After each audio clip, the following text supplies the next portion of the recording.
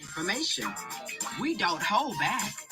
Topics from ministry, life, marriage, and everything in between. So, buckle up, hold on tight. Here are your hostesses, Tara and Melody. You have been listening to Let's Talk with Talk Therapy. We hope you've enjoyed this show. All right, you guys. Hello, everyone. Hello. We had some technical difficulties this morning, and but we are here, coming on a little bit later today. I am glad you guys have joined us. Yes, this is Let's Talk Tara. I am your host, Dr. Tara T. Stallings, counselor, life coach, spiritual consultant, and I address real issues that plague your personal growth, relationships, family, spiritual development, and health by providing educational, empowering, and inspirational information. My tongue kind of twisted today. I share nuggets of wisdom regarding every aspect of life that will educate and empower and inspire you to your next level of greatness. So join me every fourth Saturday of each month. Fourth Saturday of each month. So today we are talking about do you know how to think? And I guess you say, what do you mean? Do you know how to think? Do you know how to think? We have been taught in this life what to think from our educational institutions, from our religious institutions, from our culture, from books, from family, from culture. But my question to you, you've been taught what to think, but do you know how to think?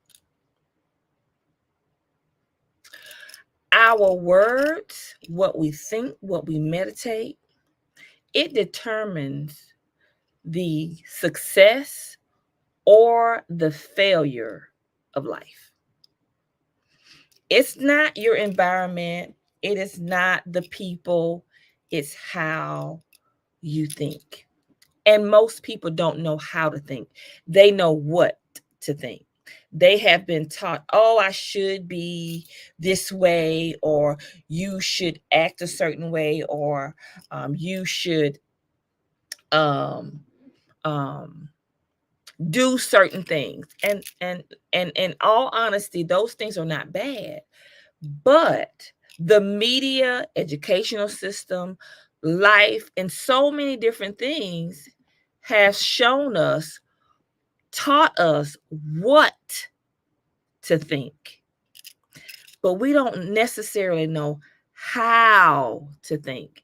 And how you think determines your outcome. Let me give you an example. If someone tells you what to think, well, a lot of young women have been taught, well, you're not pretty, you're useless, you can be limited, and I'm just using that example. And sometimes it could be men. You're never going to amount to anything. This is teaching you what to think. You can't get a certain job. You can't be a billionaire because of your economic bringing up or your educational background, or you can't do certain things. This one that I had, you cannot truly be happy. Now, life has taught people that you cannot, no one is truly happy. This is teaching you what to think. What to think. My question again, do you know how to think? And how to think is, what do you really want? Because see, we live in the informational age. We live in this age where we have accessibility to so many things, to so much education, to so much technology, and it is teaching people what to think. Not a lot of people have learned that they have control of their thinking, and they have to learn how to think. Learning how to think transforms your brain, the structure of your brain, and it transforms your thinking so that you can have the life, the lifestyle that you truly want, and not settle for what they say you can have, or what you have limited yourself because of your background or because of your circumstances on what you can truly have. I want to know, do you know how to think? For years, for years, when I started on this journey, I didn't know exactly what it was at first. I couldn't put it in words. When I start transforming my thinking different than others thought, because I didn't like the outcomes I was getting because I was taught to think a certain way or be a certain way. They taught me what to think and not how to think. And when I start transforming what the information they gave me to learning how to think on my own independently, outside of what somebody else had said or their beliefs, then I became ostracized for a while. And see, what happens is you start questioning yourself. Are you crazy? No, you're not crazy. I choose to have the life and lifestyle that I want. If you change your thinking, I choose to be happy. That's a choice. Now we hear these cliches, these words, but understanding, if you learn how to think,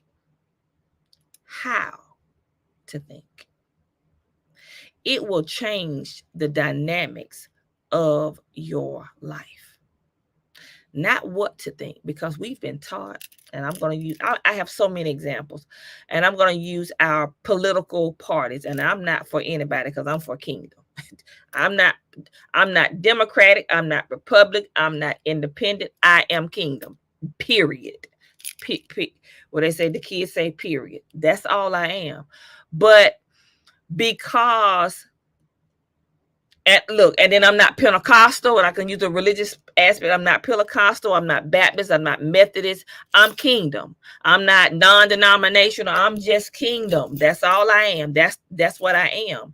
So learning that, hey, just because what if it's a political party or it's a religious institution, that they have their way of thinking. They teach you what to think or how to think, or it could be an educational facility. It doesn't mean that I have to personally conform to what they taught me. I can have independent thinking and determine if what they are teaching is how I want to think, or what they have taught is how I want to think. And to determine that, you have to know who you are and what you want in this lifetime, what you want for your personal growth, what you want for your relational growth, what you want for your spiritual growth, what you want for your business, your financial, for your health. And I share this, and I don't know if whoever's been following me for a while, I share in 2002, I was 32 years old at the time. And I was diagnosed with, excuse me, stage 3 breast cancer. This is what they taught me.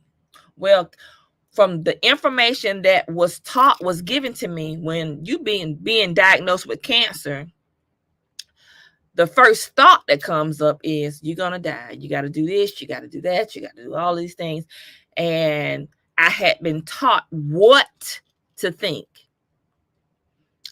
from based on the information that was given related from the health um, facility or from the health information, the doctors or whatnot about cancer or what, just the research I had.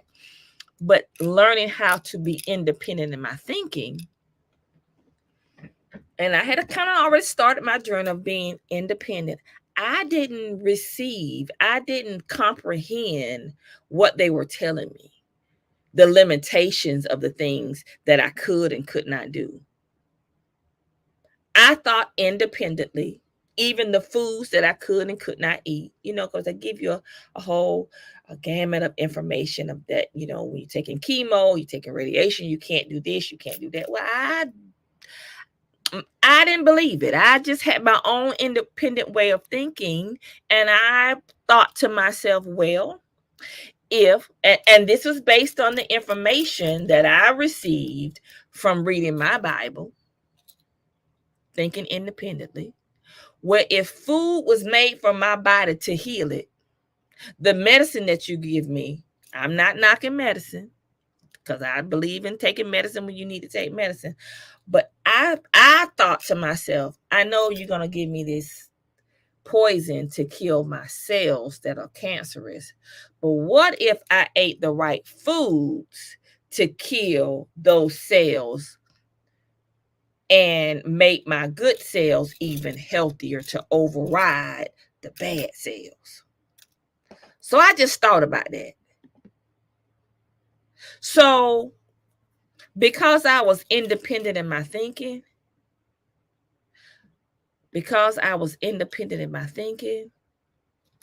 my body healed itself. Now, I'm not telling someone this to go off on a tantrum for their health and go raw or anything. I'm using my example because sometimes we are taught what to think, but we're not taught how to think independently so that we can have the lifestyle. We can achieve the goals in life for the different areas of life and different arenas in life that we want. And that comes with learning how to think. You don't have to be, last segment we talk about being, where are the women? You don't have to be an angry woman to be strong. And you don't have to be a pushover to be soft. Who said that? This is what you've been taught. They taught you what to think. You don't have to be a bitch to be a strong woman. No. You don't have to be a pushover or wimp to be considered a soft, gentle person. Why can't you learn how to be both when needed? You can be gentle and rigid when you need to be, depending on the situation. We call it, not being angry, but being assertive, doing what you want. And you don't have to be do it from a negative perspective, because negative people beget negative people. If you keep it's kind of like a boomerang. Whatever I hear people say, well, I match energy. Let me tell you, you better stop matching energy. You better stop matching energy, because you need somebody to match your energy. If your energy is nasty, if your energy is perverted, and you want somebody to match it, you just have a revolving door of destruction in your life.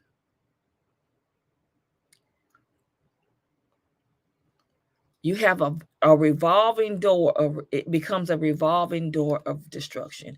You have to get to a point in your life where you guard your peace and your happiness no matter what.